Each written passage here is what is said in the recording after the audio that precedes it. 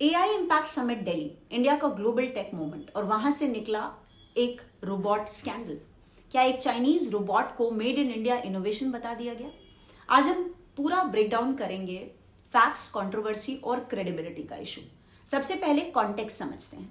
ये इंसिडेंट हुआ गलगोटिया यूनिवर्सिटी के स्टॉल पर during the India AI impact summit 2026। ये समिट इंडिया के एआई इकोसिस्टम को शोकेस करने के लिए ऑर्गेनाइज हुआ था। Global investors, policy makers, tech leaders सब वहां पे प्रेजेंट थे, मतलब स्टेज बहुत बड़ा था। प्रॉब्लम शुरू हुई जब समिट के दौरान गलगोटिया यूनिवर्सिटी ने एक रोबोटिक डॉग डिस्प्ले किया। रोबोट का नाम बताया गया ओरियन। प्रेजेंटेशन के दौरान ये इंप्रेशन गया कि ये रोबोट यूनिवर्सिटी के एआई सेंटर ऑफ एक्सीलेंस ने डेवलप किया है। ये इंडियन इनोवेशन का एग्जाम्पल है और स्टूडेंट्स ने इस पर काम किया है। रोबोट क्राउड के सामने वॉक कर रहा था, कमांड्स फॉलो कर रहा था और वीडियो सोशल मीडिया पर वायरल होने लगी।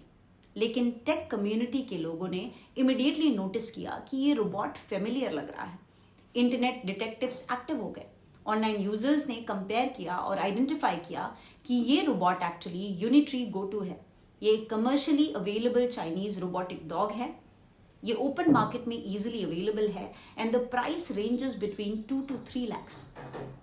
चाइना की रोबोटिक्स कंपनी यूनिट्री बनाती है। ऑलरेडी यूट्यूब और बाकी कई सारे टेक एक्सपोज में ये वाइडली शोकेस हो चुका है। इंटरनेट डिटेक्टिव्स को आप हल्के में मत लीजिए।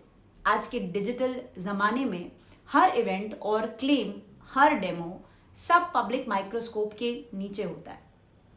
कई बार ऐसा हुआ है जब ऑनलाइन यूजर्स ने फेक डिग्रीज एक्सपोज की हैं, एडिटेड वीडियोस पकड़े हैं, स्टॉक फोटोज का मिसयूज कैच किया है और इंपोर्टेड प्रोडक्ट्स को लोकल इनोवेशंस बोलने पर आइडेंटिफाई किया है।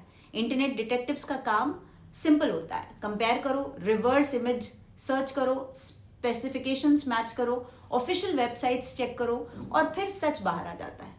इस केस में भी एग्जैक्टली वही हुआ। रोबोट का design, body structure, movement pattern सब मैच हो गया यूनिट्री गोटू से और बस स्टोरी वायरल हो गई। तो लोगों ने क्वेश्चन किया कि इतने बड़े लेवल पे क्या इसको एक सेल्फ डेवलप प्रोजेक्ट बताना जाना सही था? कंट्रोवर्सी यहीं से स्टार्ट हुई। ट्विटर, लिंक्डइन और इंस्टाग्राम पर लोगों ने लिखना शुरू कर दिया, ये इनोवेशन है या रीपैकेजिंग? एआई समिट में ट्रांसपेरेंसी कहाँ है? नेशनल या इंटरनेशनल लेवल पर इतने बड़े इवेंट में इस तरीके का मिस रिप्रेजेंटेशन सीरियस मैटर होता है। इशू सिर्फ रोबोट का नहीं है, इशू है क्रेडिबिलिटी का। एआई जैसे स्ट्रेटेजिक सेक्टर में जब इंडिया ग्लोबल इमेज बिल्ड कर रहा है, तब अगर इंपोर्टेड टेक को अपना बताया जाए तो ट्रस्ट इंपैक्ट होता है। यूनिवर्सिटी का क्लैरिफिकेशन कंट्रोवर्सी बढ़ने के बाद आया तो सही, बट कितना सही माना जा रहा है इसकी कोई गारंटी नहीं। उनका कहना था कि उन्होंने ऑफिशियली कभी क्लेम नहीं किया कि रोबोट उन्होंने बनाया है। रोबोट लर्निंग और एक्सपेरिमेंटेशन के पर्पस से यूज हो रहा था। स्टूडेंट्स एआई इंटीग्रेशन और प्रोग्रामिंग पर काम कर रहे थे। मतलब हार्डवेयर इंपोर्टेड हो सकता है, लेकिन एआई सॉफ्टवेयर लेयर पर काम किया जा रहा था। ये उनका स्टैंस है। कुछ रिपोर्ट्स में ये भी मेंशन हुआ कि स्टॉल टेम्पररी रिमूव करने को बोला गया, ऑल्दो इस पर मिक्स्ड क्लेम्स हैं, but we are not sure. अब मेन पॉइंट ये है कि ये कंट्रोवर्सी सिर्फ एक रोबोट डॉग का इशू नहीं है।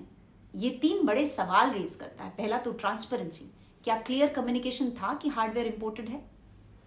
इनोवेशन वर्सेस इंटीग्रेशन, क्या इंपोर्टेड हार्डवेयर पर सॉफ्टवेयर डेवलप करना इनोवेशन काउंट होता है? और तीसरा है ग्लोबल इमेज। जब इंटरनेशनल समिट हो तब नैरेटिव कितना एक्यूरेट होना चाहिए? India AI ecosystem fast grow कर रहा है। Data centres, compute infrastructure, startups सब मोमेंटम में है। इसीलिए क्रेडिबिलिटी और क्लैरिटी और भी इंपॉर्टेंट हो जाती है। एआई की दुनिया में सिर्फ कोडिंग नहीं, क्रेडिबिलिटी भी कंपाइल होती है। Thank you so much for watching. We'll be back again with another exciting video. Till then, bye bye, take care, stay safe.